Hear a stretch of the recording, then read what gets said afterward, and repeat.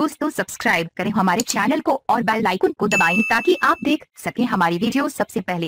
पाक फौज हमारी शान, पाकिस्तान हमारी पहचान, तो फिर हम क्यों ना पुकारें पाक फौज जिंदाबाद, पाकिस्तान पाइंदाबाद।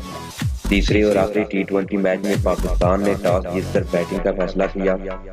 पाकिस्तानी टीम की जानिब से बाबर आजम ने ओपनिंग करते हुए 40 गेंदों पर 50 रन बनाए और टाई की गेंद पर आउट हो गए। सबजादा फरहान 38 गेंदों पर 39 रन बनाकर बी लाइन की गेंद पर कैच आउट। शुएब मलिक 12 गेंदों पर 18 स्कोर, जिम्पा की गेंद पर कैच आउट। आसफ अली 5 गेंदों पर 4 रन बनाकर पॉल टर्नर की गेंद पर कैच आउट। वहीम अशरफ 1 गेंद खेलकर बगैर कोई स्कोर किए टी मार्च की गेंद पर आउट हो गए, जबकि मोहम्मद हफीज 32 रन और इमाद वसीम 3 रन के साथ नॉट आउट रहे। यूं पाकिस्तान ने ऑस्ट्रेलिया को 151 रन का हदफ दिया।